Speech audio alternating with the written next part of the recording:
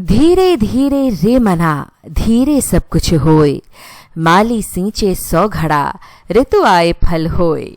यानी हे मन, सब कुछ धीरे धीरे ही होता है। माली चाहे 100 घड़े पानी सींचे, पर फल तो ऋतु आने पर ही लगते हैं। नमस्कार दोस्तों, मैं हूं आपके साथ सिरांधा और आप देख रहे हैं हमारा चैनल जॉनी CSE। और एक बार फिर से हाजिर हूं मैं लेकर द हिंदू अखबार से हिंदी में करंट अफेयर्स के कुछ मुद्दे। तो चलिए शुरू करते हैं। भारतीय चाय बोर्ड का मुख्यालय कोलकाता, पश्चिम बंगाल में है। ये 1 अप्रैल 1954 को चाय अधिनियम 1953 के तहत एक वैधानिक संस्था के रूप में स्थापित किया गया था। इसका काम भारतीय चाय की खेती, प्रसंस्करण और निर्यात को नियंत्रित व बढ़ावा देना है। ये वाणिज्य और उद्योग मंत्रालय के अधीन कार्य करता है।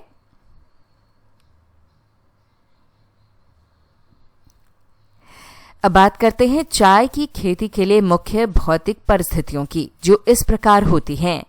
जलवायु, गर्म और नम जलवायु इसके लिए चाहिए होती है। औसत तापमान लगभग 20 डिग्री सेल्सियस से 30 डिग्री सेल्सियस उपयुक्त होता है। पाला चाय के लिए बेहद हानिकारक है। वर्षा की बात करें तो सालाना 150 से 300 सेंटीमीटर तक की अच्छी और नियमित वर्षा इसके लिए जरूरी है। पानी का ठहराव नहीं होना चाहिए। वहीं मिट्टी अम्लीय और अच्छी जल निकासी वाली दोमट या लाल मिट्टी इसके लिए उपयुक्त होती है। मिट्टी में जैविक पदार्थ भरपूर होना चाहिए। भू आकृति की बात करें तो ढलान वाली जमीन इसके लिए बेहतर होती है, ताकि पानी रुके नहीं। प्रायः पहाड़ी ढलानों पर खेती की जाती है।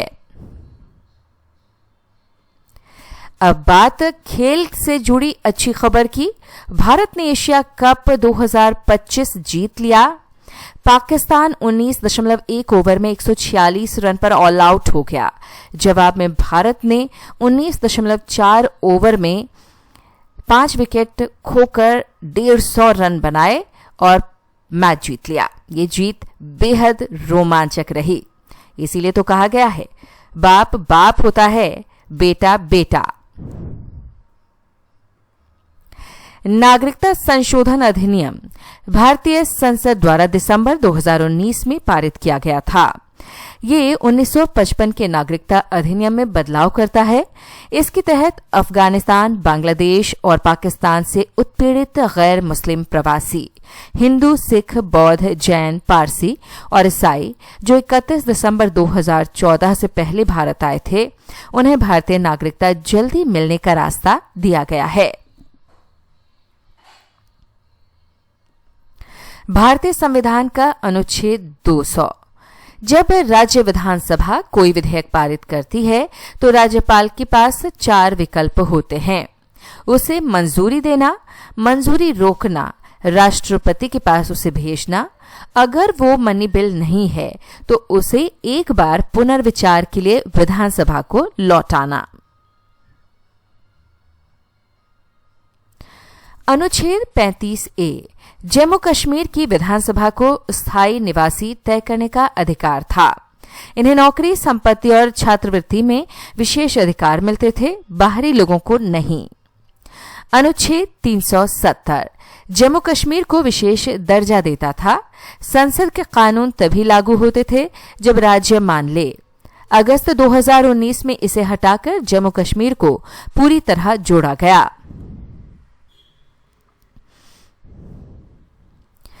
प्रधानमंत्री किसान संपदा योजना 2017 में खाद्य प्रसंस्करण उद्योग मंत्रालय ने इसे शुरू किया। इसमें कई योजनाओं को मिलाकर आधुनिक खाद्य प्रसंस्करण को बढ़ावा दिया गया। 6,000 करोड़ रुपए की मंजूरी मिली। इसका उद्देश्य है फसल बर्बादी कम करना, किसानों की आय बढ़ाना, प्रसंस्करण, कोल्ड चेन, फूड पार्क और निर्यात को बढ़ावा देना। प्रधानमंत्री किसान संपदा योजना में 6 मुख्य उप योजनाएं हैं। मेगा फूड पार्क, बड़े फूड पार्क बनाना जहां साझा सुविधाएं हो। कोल्ड चेन व वैल्यू एडिशन, भंडारण, परिवहन और प्रसंस्करण के लिए कोल्ड चेन की सुविधाएं, फूड प्रोसेसिंग क्षमता विस्तार, नए खाद्य प्रसंस्करण यूनिट लगाना या पुराने को अपग्रेड करना,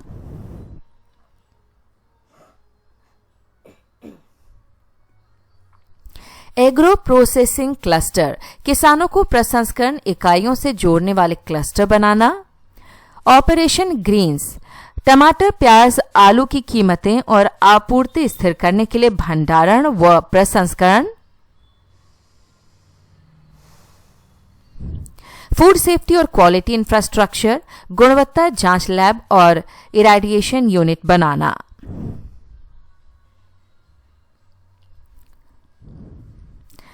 और अब बात कर लेते हैं कुछ योजनाओं की। प्रधानमंत्री उज्ज्वला योजना जो 1 मई 2016 को शुरू हुई, इसका लक्ष्य है बीपीएल महिलाओं को मुफ्त एलपीजी कनेक्शन देना। आयुष्मान भारत योजना जिसे 23 सितंबर 2018 को शुरू किया गया, प्रति परिवार 5 लाख तक का स्वास्थ्य कवर इसमें दिया जाता है और फरवरी 2018 में इसकी घोषणा की गई थी।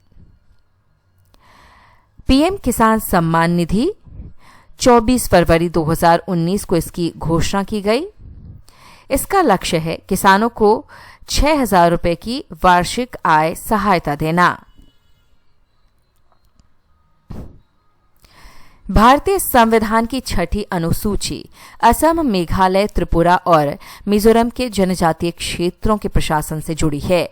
इसमें स्वायत्त जिला और क्षेत्रीय परिषदों को भूमि, जल, परंपराओं और संसाधनों पर कानून बनाने, न्याय देने और प्रशासन चलाने का अधिकार है, ताकि जनजातियों की पहचान, संस्कृति और स्वशासन सुरक्षित रहे।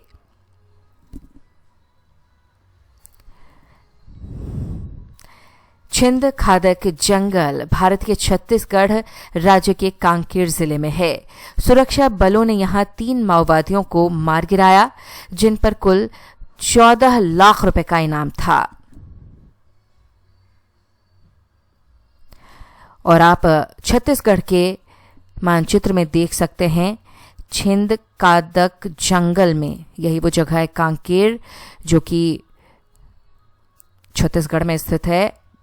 घने जंगलों के बीच हमेशा ही माओवादियों की और सुरक्षा बलों की मुठभेड़ यहां पर होती रहती है। संयुक्त राष्ट्र की 80वीं उच्च स्तरीय बैठक के दौरान भारत ने ग्लोबल साउथ से अपने संबंध और मजबूत किए। विदेश मंत्री एस जयशंकर ने गजा में इजरायल के युद्ध, अमेरिका नेतृत्व वाले व्यापार संकट और संयुक्त राष्ट्र सुधार की कमी पर कड़ा बयान दिया। उनकी लगभग 30 द्विपक्षीय मुलाकातों में आधे से ज्यादा विकासशील देशों के विदेश मंत्रियों से थी। भारत द्वारा आयोजित लगभग सभी द्विपक्षीय बैठकें भी ग्लोबल साउथ और गैर पश्चिमी देशों पर केंद्रित रहीं। इनमें BRICS, IBSA, India CELAC, India CICA, FIPIC, L69, C10 और ग्लोबल साउथ के समान विचारधारा वाले देशों की बैठकें शामिल थीं।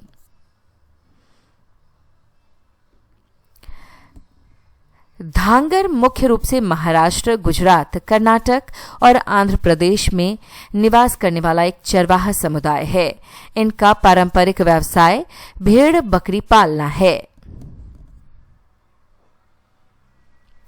सबरीमाला मंदिर केरल में भगवान अयप्पा को समर्पित प्रसिद्ध हिंदू तीर्थ है। ये पश्चिमी घाट में स्थित है और हर साल लाखों भक्त यहां आते हैं।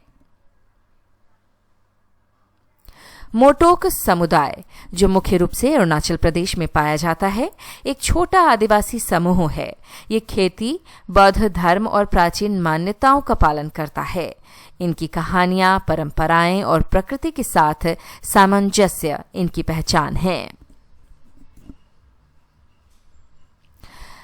एस्ट्रोसैट, जिसे इसरो ने 28 सितंबर 2015 को लॉन्च किया, भारत का पहला अंतरिक्ष खगोल विज्ञान वेधशाला है। ये एक्स-रे, पराबैंगनी और प्रकाश तरंगों में तारों, आकाश गंगाओं और ब्लैक होल का अध्ययन करता है। भारत में मक्का उत्पादन करने वाले शीर्ष 3 राज्य ये हैं: कर्नाटक, मध्य प्रदेश, महाराष्ट्र। इन तीनों राज्यों में देश का एक बड़ा हिस्सा मक्का उगाया जाता है। कर्नाटक को अक्सर भारत का मक्के का कटोरा कहा जाता है।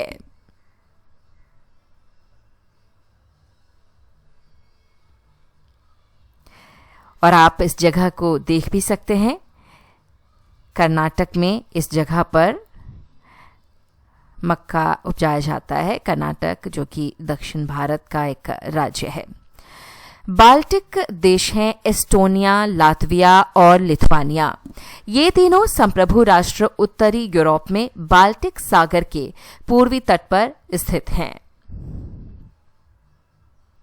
आप देख सकते हैं बाल्टिक सी की स्थिति। एचपीवी टीका मानव पेपिलोमा वायरस से बचाव करता है। यह वायरस गर्भाशय, ग्रीवा, गुदा और अन्य कैंसर व जननांग मस्सों का कारण बनता है। किशोरावस्था में लगवाना सबसे असरदार होता है। हिमाचल प्रदेश का कोल्ड डेजर्ट बायोस्फीयर रिजर्व हाल ही में यूनेस्को के world network of biosphere reserves में शामिल किया गया है। यह लाहौल स्पीति में 7,770 वर्ग किलोमीटर में फैला है और भारत का पहला ऊंचाई वाला ठंडा रेगिस्तानी क्षेत्र है जो अपनी अनोखी जैव विविधता और महत्व के लिए जाना जाता है। गोकुल जलाशय और उदयपुर झील को रामसर टैग मिला है। अब ये अंतर्राष्ट्रीय महत्व के आर्द्र स्थल घोषित हुए, जिससे जैव विविधता संरक्षण, प्रवासी पक्षियों व स्थानीय पारिस्थितिकी को बढ़ावा मिलेगा। कॉर्पोरेट एवरेज फ्यूल एफिशिएंसी नियम सरकार द्वारा बनाए गए मानक हैं जो गाड़ियों की औसत ईंधन बचत और CO2 उत्सर्जन नियंत्रित करने के लिए लागू किए गए। 2017 में ब्यूरो ऑफ एनर्जी एफिशिएंसी ने इन्हें शुरू किया, जो 2 चरणों में लागू हैं। पहला 2017-18 से, दूसरा 2022-23 से। 3500 किलो तक की गाड़ियों पर इसे लागू किया जाता है। Petrol, diesel, LPG, CNG, hybrid, electric से चलने वाली गाड़ियां इसमें शामिल हैं। एथाम्बुटोल हाइड्रोक्लोराइड एक एंटीबायोटिक दवा है जो मुख्य रूप से टीबी के इलाज में इस्तेमाल होती है। ये उस बैक्टीरिया की वृद्धि रोकती है जो टीबी का कारण बनता है। उपयोग टीबी का इलाज एथाम्बुटोल अक्सर अन्य दवाओं के साथ मिलाकर दी जाती है। ये माइकोबैक्टीरियम ट्यूबरक्यूलोसिस नामक बैक्टीरिया पर असरदार होती है जो टीबी फैलाता है। ओजो जल विद्युत परियोजना अरुणाचल प्रदेश, भारत में बनने वाली बड़ी हाइड्रो पावर परियोजना है। इसकी क्षमता 2800 मेगावाट से अधिक होगी।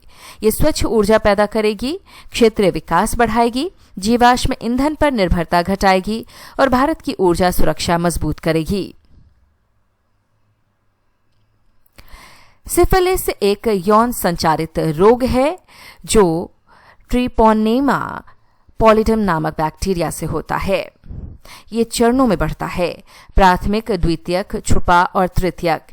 इसमें घाव, चकत्ते और अंगों को नुकसान हो सकता है। समय पर पहचान और पेनिसिलिन दवा से इलाज संभव है। रूस के राष्ट्रपति व्लादिमीर पुतिन ने घोषणा की है कि साल 2030 तक रूस दुनिया का पहला क्लोज्ड फ्यूल साइकिल वाला परमाणु ऊर्जा तंत्र शुरू करेगा। ये घोषणा उन्होंने मॉस्को में हुए वर्ल्ड एटॉमिक वीक फोरम में की।